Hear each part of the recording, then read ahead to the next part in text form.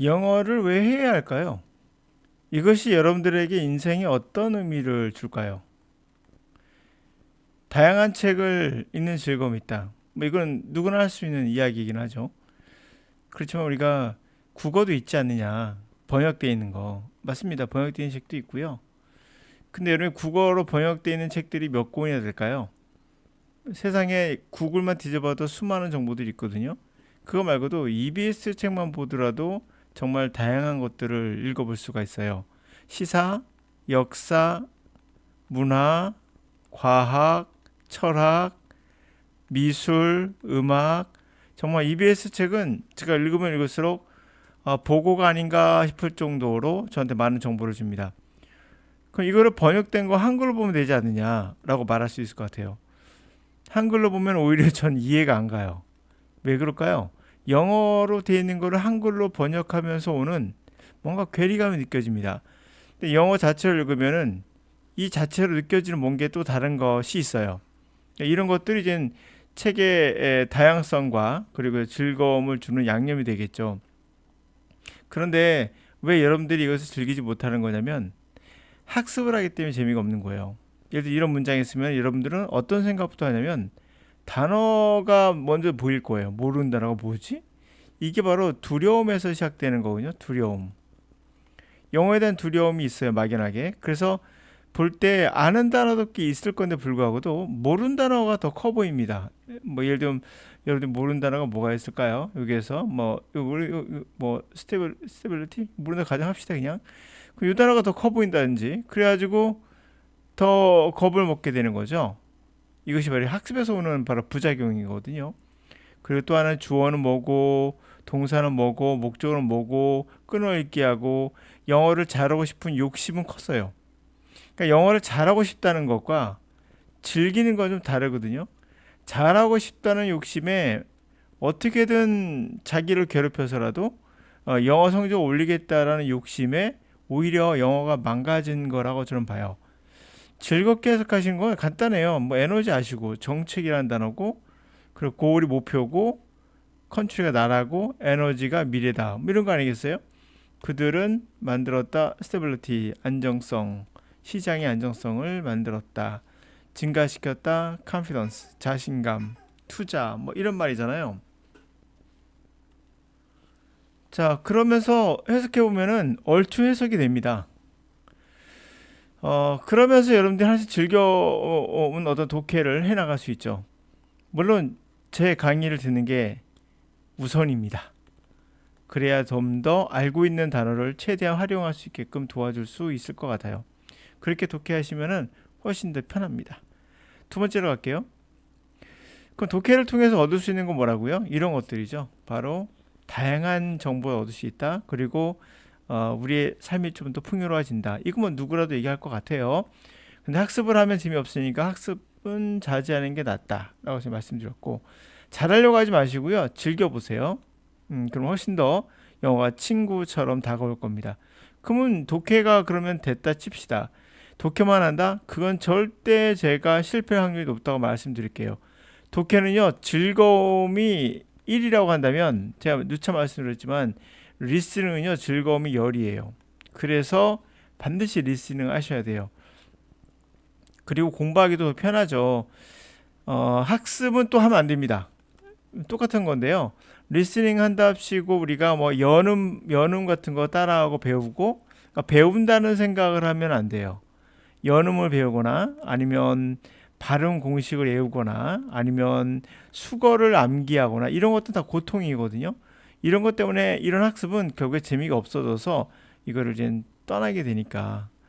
그래서 리스닝에서 오는 것은 뭐가 있을까요? 즐거움이. 책에서는 정보라는 것이 있고 이 정보를 통해서 깊은 사고, 깊은 사고 여기서 오는 즐거움이 있어요. 그럼 저는 영어책 읽을 때꼭 약간 우울한 이게 어울려요. 우울한 클래식을 듣거든요.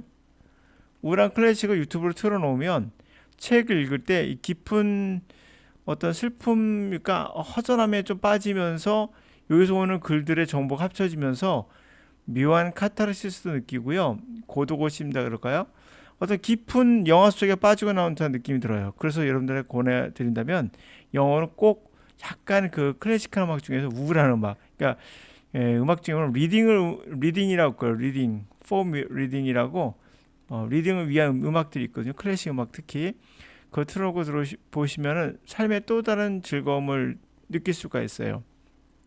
즐거운 음악도 즐겁지만 때론 자기만의 시간을 가질 때 그런 행복감이 있거든요. 깊은 사고에 빠졌을 때. 깊은 사고라는 게 가만히 앉아 음악 듣는다고 하면 망상이 될 가능성이 높아요. 쓸데없는 생각이라는 거죠. 그러나 책을 읽으면은 자기 인생과 결합시킨다 그럴까요? 하나로 합치면서 생각도 해보고 이런저런 생각도 해보고 다양한 생각을 할 수 있는 도구가 돼요. 그래서 제가 꼭 권장드리고요. 그리고 책이라는 게 사실 여러분한테 권장하고 싶지 않은 이유가 한 권의 책은요. 한 사람의 생각이 정리되어 있거든요. 저는 이거 권장하지 않아요. 사실 EBS처럼 조금씩 나와 있는 걸 저는 더 좋아합니다. 다양한 사람들의 생각을 읽고 싶지, 그 한 사람 생각만을 보고 싶진 않아요. 물론 이 뒤에 보면 도움이 되겠지만, 시간이 꽤 걸리잖아요. 저는 시간을 좀 아끼는 입장에서 그렇다는 얘기예요. 자, 그러면 듣기는 어떤 즐거움이 있느냐? 바로 책에서 얻을 수 있는 깊은 사고와는 다르게 귀를 자극하는 간질간질한 느낌이 좋아요. 영화를 보거나 아니면 강연을 듣거나, 예를 들면 강연 한번 들어볼까요? Good afternoon, ladies and gentlemen. It's my pleasure today to introduce our speaker, who is Robert Sapolsky. 네, 이렇게 이제 소리가 간질간질하게 된 귀를 때리면서 이야기를 들으면 굉장히 그 기분이 좋아요. 그 간질간질한 느낌. 학습하지 마시고요. 네, 마찬가지입니다. 이것도. 그러다 보면 인생에 있어서 또 다른 즐거움을 또 하나 얻는 거죠. 플러스가 되는 거예요. 자, 이제 또 세 번째 할까요? 그럼 영어는 물질적으로 도움을 줄 수 있다는 거죠. 과외나 공부방 등등. 뭐 다른 것도 마찬가지긴 하죠. 근데 이게 차이가 하나 있어요.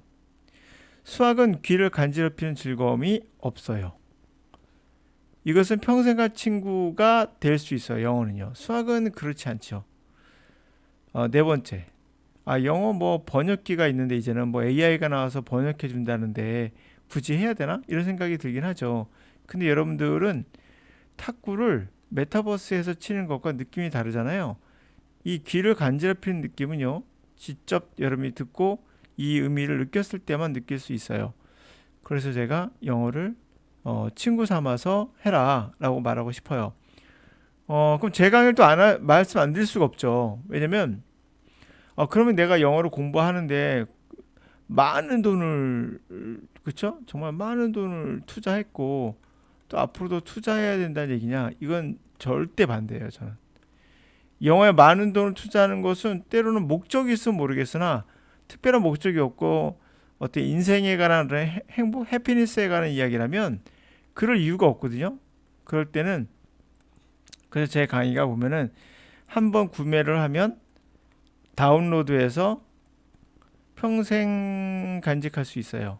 그래서 혹시라도 하다가 까먹으면 어떻게 하라고 했지? 이렇게 살펴볼 수 있는 기회가 될 수 있겠죠.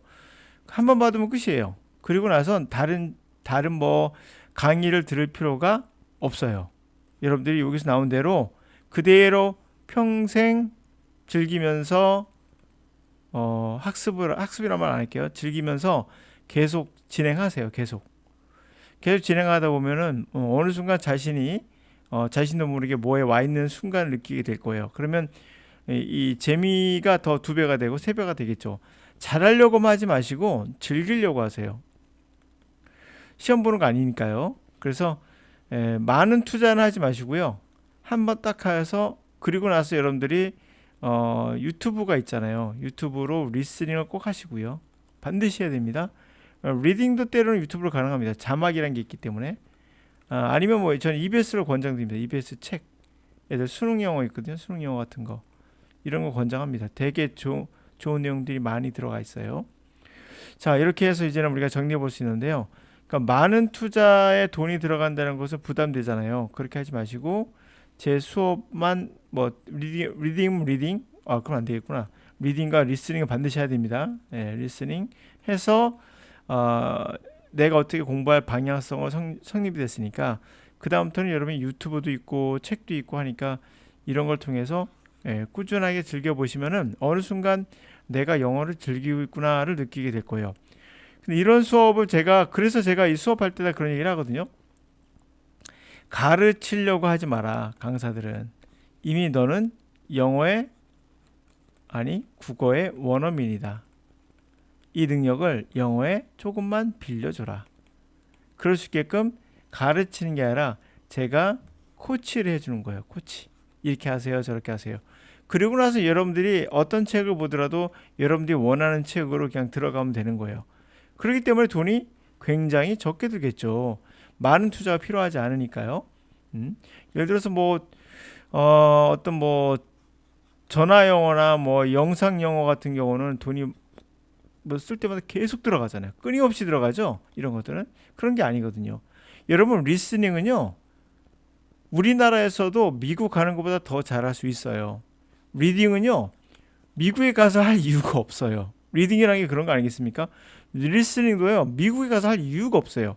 미국에 가는 이유는 딱 하나예요. 스피킹 어쩔 수 없잖아요. 뭔가 필요하잖아요. 대상이.